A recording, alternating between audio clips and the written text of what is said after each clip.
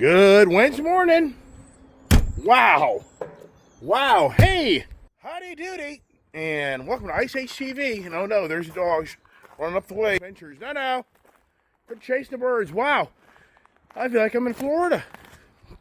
Right now. I really do. Man, it's incredibly warm and a lot of moisture in the air. We're gonna have thunderstorms today. So yeah, this morning feels like me being down in Florida, which many days, many viewers, I was down in Florida at this time of the year.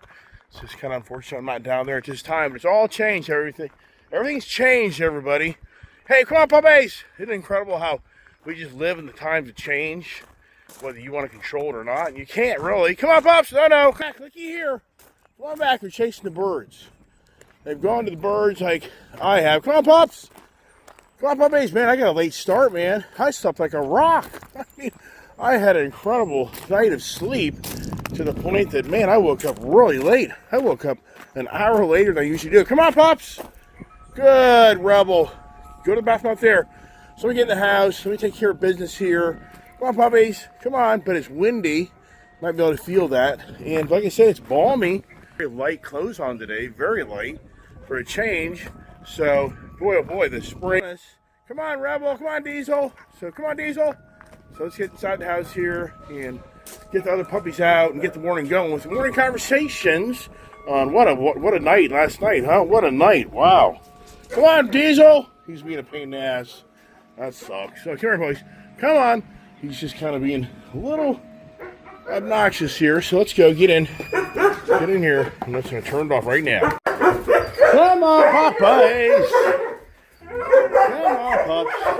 Watch out. Come on, go. Come away. Man, you guys just want to make me trip up and fall. Come on, you little stinkers. Come on. All right, let's go. Come on. Get it. Get out. Whatever. Do you have all of them? Are they counted for, everybody? The big pack, they're all getting bigger and bigger. Wow. So German Shepherds be so big. What have I done to myself, right? All right, let's get across the way here. Get the morning going. Get the puppies fed. And wow, what an evening. What an incredible Wednesday evening to watch TV. And usually I just don't watch TV in the evening anymore. I watch more of what I say, the documentaries. I try to watch information versus watching just general per se TV. So, and wow, what a long that guy Donald Trump, I'm sorry, I'd love to know people of his age that has his level of energy and his witty and smart, remembers everything. I mean, can you just rattle off in your world what he just said? Could you literally take his whole speech and could you listen to it 10 times and could you rattle off everything he rattled off? Come on, puppies, come on. Come on, puppies, come on. Gypsy, Prince, looky here, come on. Come on back. Yeah, I trimmed up the dog's eye area, the front facial area, and good old Gail and Brian, they just loved that. They were laughing, seeing the puppies actually can have light again. So I thought that was entertaining. She thought it was entertaining. They thought it was entertaining. All right, come on, pups. Let's get you guys in. And so I can feed the other dogs so it isn't total chaos here in my shop of all the dogs. They're nuts. But yeah, it's definitely a change of no, stay here. No. You stay there. You guys stay here. You're not going upstairs with them, you goofy. You're staying out here with me. So let's see, get the barn doors closed, and I can kind of keep this thing efficient because I really did wake up so late. I was blown away.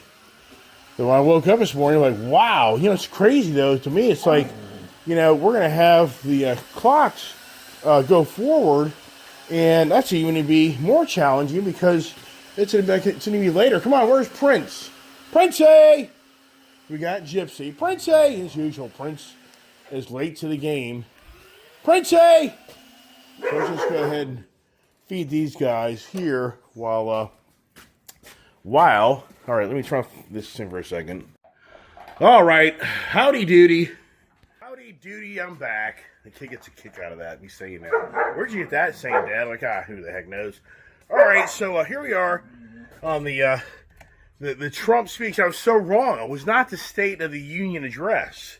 It was the state of shock to the Democrat Party, I guess. If you really watched that speech, you really paid attention as the cameras didn't keep a lot on the Democratic Party. I think they didn't show a lot of just how bad it was. But it was like the shock and awe look of the Democratic Party. It was just beyond believable of what we saw. If anybody here, watched that speech, you just have to say to yourself, wow. And the thing is, I get it. If Joe Biden was up there, would the Republican Party be doing, in some ways, the same thing? To a degree. I don't know if it would have been that radical. It just seemed very radical on how it just seemed so many unhappy people on the Democratic Party. And, that should be a great lesson to the young people of this country. That it surely shows you that the likes of Nancy Pelosi and the Chuck Schumer and the Bernie Sanders and the Elizabeth Warren, these are very successful politicians, career politicians, that have more money than they'll ever need in their lifetime.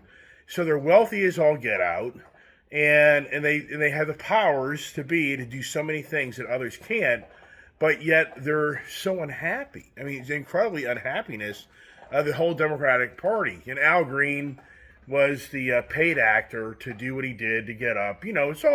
This is the whole, in political politics, and I'm not going to just say that the Democrats do it, but I think the Democrats do a better job organizing their antics, but it's incredible how Elon Musk is catching them down, their pants down once again. It's incredible on how Elon Musk is exposing, in my eyes, the Democratic Party more than ever. And Elon must be concerned for his life. He probably should be, because he really is just showing how corrupt the Democratic Party is. And that's the thing. He's creating a movement for the likes of me to talk about how Elon Musk is definitely portraying on how bad the Democratic Party really is. And so from the way Elon presents it, they are bad people. They are not good people. They're not our friends. Sadly, the people in power on the Democratic side, for the most part, not all of them, I wouldn't call all of them out, but a good portion of them, they are not our friends to our country. They don't like us.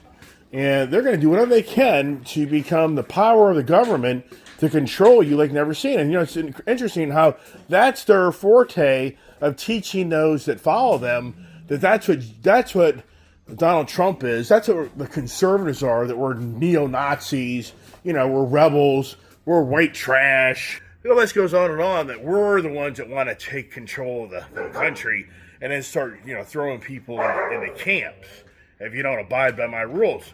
And the reason I say this is because Elon Musk is showing on X how there's 6 senators that are now running their mouth before the president's speech last night, and he's point blank showing on how they're saying the exact same thing. They've all been given the script. George Soros or whoever, Alex Soros, has given everyone the script, and they're all saying the exact same thing. This is what Elon Musk is saying right here. Let me see if I can find it for you. We can get it down a little bit. Worst puppet show ever. And so this is just showing that each one of these had the exact same message. So these people can't really think for themselves. So they're using somebody else's narrative, and that's what we've all been saying, is that the powers to be, these people are now being controlled more than ever by somebody else to push the Democratic Party, which I think most people don't like the Democratic Party per se, as they used to. I know people that were Democrat or no longer Democrat, because it's not the Democratic Party anymore. It's not the Democratic Party anymore. So, it's the radical party. But to watch that speech last night with Donald Trump going through the things that kind of surprised me, because it was so much about him sharing about others. So it really wasn't the State of the Union address by any means, because he went through a lot of the narrative of where we're going in our country and what he's trying to accomplish, but at the same time, he put so much time into sharing the hardships and the challenges of others there that were invited to be in that auditorium. And it was incredible to witness on how the Democratic Party just was dead in the water. They just didn't want to recognize anything that Donald Trump had to do with sharing with others the hardships that these people have gone through. But, you know, some of the hardships you could say point blank is all because of Democratic rule of what played out with so many people in our country, because the Democratic rule supports the criminals of the illegals. And if you think that's far-fetched, you're just not really wanting to accept that you're living in denial that we have a country of congressmen and senators that support illegal immigration, and they want it for the power of the Democratic Party to continue to grow, to overtake this country, to be the one rule of our country. And once again, if you don't believe that, then you're just not really in tune with politics. You're just listening to some brainwashing person. And it's the same narrative with a political Democratic senator or congressman. It's the same old narrative. Oh, Donald Trump just wants to enrich the billionaires. Oh, Donald Trump just wants to enrich the billionaires. That's all it is. It's a constant, oh, he doesn't like the little people, blah, blah, blah, blah. I mean, I don't remember seeing Joe Biden, you know, the rallies. You just go through the list of the people that follow Donald Trump and even think he's there. And that's the thing about all those politicians on the left, but as Donald Trump said, on the right, not me on the right, but when he's looking to the right, all the politicians there that just hate his guts, and they did everything they could to try to take him out of power and to put him in jail, and they just couldn't do it, and they can't stand it. But you think to yourself, for the Democratic Party, at the end of the day, what's your plan? So you have to say to yourself, as a person in our country, Donald Trump gets up there and he shares the stories of the hardships of others that have been hurt and harmed from the policies of the Democratic Party. And don't get me wrong, I mean, the Republican Party is just as much as part of this, because they didn't do anything that Elon Musk has done. There they come. They're coming to get me right now. It sounds like they're right here at my house. You know what I mean? Going around the corner. I have to look. Finally found me. Wow, everybody. Well, not today. Not today. So anyways, you have to say to yourself, for the Democrats, what were they expecting out of Donald Trump? I mean, sincerely, what would have made the Democratic Party happy? So let's just do a reversal of last night's speech. And I am the speaker. I am the speaker. And Donald Trump became, he couldn't make it. And so Iceman becomes the speaker of the House last night, the speaker of the joining of all the members, and I get to talk. And how do you get both sides to be happy? I mean, how would you accomplish that? I don't know if you could even accomplish it. But if a different person stood on that podium and the presentation was about how we're going to continue to support asylum cities, do you think that the Democrat Party would have clapped? I think they would have. If I would have set up there, we're going to continue to give, in so many words, the illegals the opportunity to come here to be citizens, and in sanctuary cities, we're going to continue to take care of them through the hardships of their country. Do you think that the Democratic Party would have been clapping or maybe standing if I would have said that I'm going to continue to make sure that the transgender ideology in women's sports is accepted and males can compete in women's sports? Do you think that the Democratic Party would have, clapped and stood up? If I would have said for the LGBT, for all the bathrooms that have to be shared with man and woman, boys and girls, policy has to continue to move forward. Do you think the Democratic Party would have clapped? But meanwhile, on the other side of the equation, do you think as I'm saying these things, you think that the Republican Party would have been clapping? And that's where I think that would have been the solemn face, the dead, the look in the face like, are you kidding me? Are they going to be clapping? But going back to the Democrat side, just to see what would have made a difference last night if you could have it on both sides of the equation. What would have sparked last night's Democratic Party? Let's just say for the heck of it, I say Kamala Harris. Let's just say that for the heck of it, Kamala Harris actually did get voted in, and take me out of the equation now. And she was doing her first speech, and you then had the opposing parties there. And so what would have riled up the Democratic Party? So then you have to say to yourself on the DEI that Kamala Harris would be talking about the success of DEI and how this has to continue to be brought into the business world and into all aspects of life. And so she would have talked about that. The Democratic Party then probably would have been happy and been clapping about that. Then she would have talked about how they're going to continue to push the green agenda, Joe Biden's Inflation Reduction Act, on how this country is going to give out billions of dollars to continue to push the narrative of a cleaner country, and that we're going to continue to reward those that come here to build the battery factories, to build the solar panels, to build electric cars, and the subsidies are going to still be there. And then you could say she's going to probably talk about how Zelensky and her have been in the talks, and that she's going to continue to fund Zelensky, Ukraine money to continue to oppose Russia.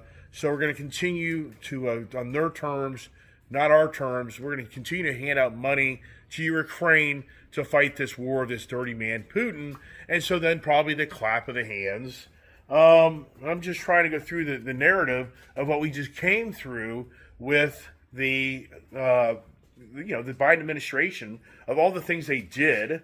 Could we talk about maybe on the health side about how they're going to maybe make more mandated vaccinations? I don't know. That would kind of be, to me, a gray area. Not so sure Kamala Harris would get into that. And, once again, I'm just trying to think out loud.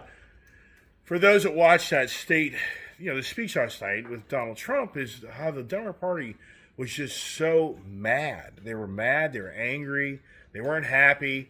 And what would have made them happy? And I really think that I'm hitting on the head of what I'm talking about on what these politicians on the Democratic side wanted to hear. They didn't want to hear anything that Donald Trump said. You could just see it in their faces. You could just see how they were borderline, they were sick to their stomach on having to hear this guy, Donald Trump, try to, basically taking away everything they worked so hard under the Biden administration that now Donald Trump is just, erasing and taking away, which is just irritating the heck out of him. And so for me, watching that speech last night, it was just more apparent to me ever in my lifetime that we truly have an opposing party that wants nothing to do with what I think so many of us, especially my age group, grew up in this country, had, and didn't have this incredible political bitterness. But we always have had political differences, but it just seems like more than ever the division of one party to the other is it's radical. I mean, it's extremely radical on how the Democratic Party truly seems to be on the page to move this country in a whole different direction that the people in this country don't want. And they know they have to go to the illegal immigration to get the following, to follow them and to fool them on how to get the powers to be in each one of their states and districts to get the powers of the electoral system to overthrow the Republican Party. And sadly, if they have to cheat to get there, they will. So, I mean, that's why I just, for you, I'm sure say the same thing. Why do you support a political party that comes across of being the cheaters of the cheaters to accomplish things, and especially now using illegal immigration like never ever seen to gain their powers in our country, to take control of our country, and to push it a whole different direction? because they want to go a whole different direction from what many other people want to do. And Elon Musk, he's exposed like never seen. No, here you are. It's always about ripping something up. He's over here wanting to sponge, and that's going to be a problem. So don't take my sponge here, little buddy. So Elon Musk, more than ever, is exposing the Democratic Party on how truly, how bad they really are. And once again, even for me, everybody, it seems as if it's sometimes just hard to believe. In some ways, you just don't want to believe it because you don't want to go down the path of just taking the negativity and run with the negativity and then run off of, that's so bad, that's so bad, it's so bad. And that's what happens with us, and I think in life, it's very easy to get caught up in the moment to think somebody's really bad and then you get on the bandwagon with everybody else, but maybe then they aren't as bad as they really are. It's just been magnified. But at the same time, here we are with Elon Musk in the package, and the Democratic Party wants Elon Musk removed. They want to get rid of him as fast as possible. They don't like him because he's exposed them. So on the speech last night, I thought it was emotional to see some of those stories. Extremely emotional. I don't know how as a parent you could even go to a public gathering and then be recognized for loss of your daughter. I mean, I don't know how you could even do it. I don't even want to think about it. So that was incredibly powerful. To see that young man that's now going to go to West Point, I guess, is that he's been an incredible success story. To see that young little black boy beat cancer and he wants to be a police officer, to be now part of the Secret Service or something like that. But, what they're saying, though, through the media is the Democratic Party never, ever even flinched at any of those recognitions of what Trump did, which just says to yourself, wow, it's that bad, everybody. So once again, I think the message to a lot of people in our country should be the Democratic Party is probably a very good example in life of the successes that you gain, the wealth that you gain, but at the end of the day, you're just not happy. These people just aren't happy. They're mad, and they're mad at our country. Why are these people so mad at our country? I mean, really, you kind of stop and think about it. For Nancy Pelosi, Elizabeth Warren, these people they don't have the challenges that most of us have in this country, but yet they're still not happy. And they always want to use the out that the Republican Party is all about enriching the rich and to crap on the little. That's always the way they present things to people. It's a constant narrative of only the Republicans like to enrich the rich and not so much for the middleman. But yet for us, all right, so here's what I'm going to do. I don't have a lot of time. I get up really late this morning. One thing I'm going to do, Brian alerted me yesterday, Gail's husband, that there's a new Harley-Davidson motorcycle out that is now the CVO RR edition. So it's a brand new limited production. I'm going to show you over here. Limited production Harley-Davidson CVO RR edition with a 131 motor on it. It's basically the Bag of Baggers kickoff like Indian did on their series. And so if you are so fortunate and lucky, I'll show you a picture of it. Brian sent me a picture of it. And let me see if I can get that up here before I show them the world, everything I know. Let's see here. I get so many freaking things. So here it is. If I can get a good picture for you guys. So here it is. It's the new CVO Road Glide RR. And it has 131 motor. I think I'm only building 131 of them. It is on the Harley-Davidson website. No price on it. Badass bike. Yeah, would I love to have one of those? Oh, man, of course I would. It has like 150 horsepower, like 165 foot-pounds of torque. It's a badass bike, but I guarantee that thing's $100,000. The Indian FTR series, or the Indian, I guess you could say, the Indian Challenger series that's in the Bagger series, they made a limited run on one of those, and it was like a $99,000 or $94,000. So I thought it was pretty cool that Brian reached out to me and gave me a heads up on the brand new Harley. But once again, they're not even showing the pricing on the website. Be so lucky to get one. I think they're copying the 131 motor for one of 131. I believe most people will never get it. It'll probably be an item that dealerships mark up But yeah, would that be cool? But at the same time, can I put a 131 motor in this thing? I can. Do I want to put the carbon fiber front fairing on it? I guess I could. I mean, so it's a lot of carbon fiber stuff on it, different seat, badass bike. I appreciate Brian throwing that out to me because that was really cool. But here's the thing today. I just start, and I'm just wanting to resonate back to others that watched the speech last night on how it was just so obvious of where our country is. And it's always been a challenge. It's always been the opposing parties. But you just have to say to yourself, wow, to see where we are, to even think that if Kamala Harris had become president of this country, to think of where we would be going, and to continue hiding of where government monies go, and the secrecy and the waste in our country like never ever seen, where nobody, the GAO won't do it, the Republican Party won't do it, nobody ever stand up and challenge where all our monies are going. The only person that's challenged to do it is a guy named Elon Musk, which is incredible to think that if it wasn't for Elon Musk, we would still be in the secrets of this country of how corrupt our government is. But at the end of the day, I mean, do they right the ship? Do they really right the ship? Does Donald Trump really turn things around? And does Donald Trump, in so many ways, run this country into the ground? But I will say this, Howard Lutnick, the Commerce Secretary, he is portraying that this 25% tariff isn't really going to play out. He is, I think he's in some way, I'm surprised.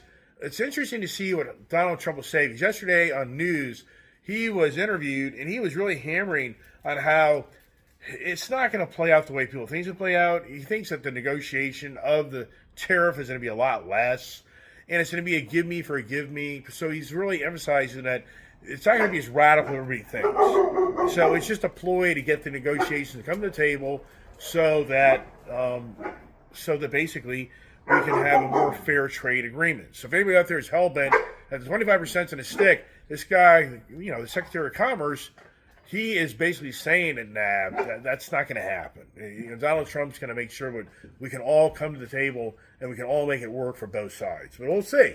Very interesting times. I got to go. Workers are showing up. So God bless. Have a great day.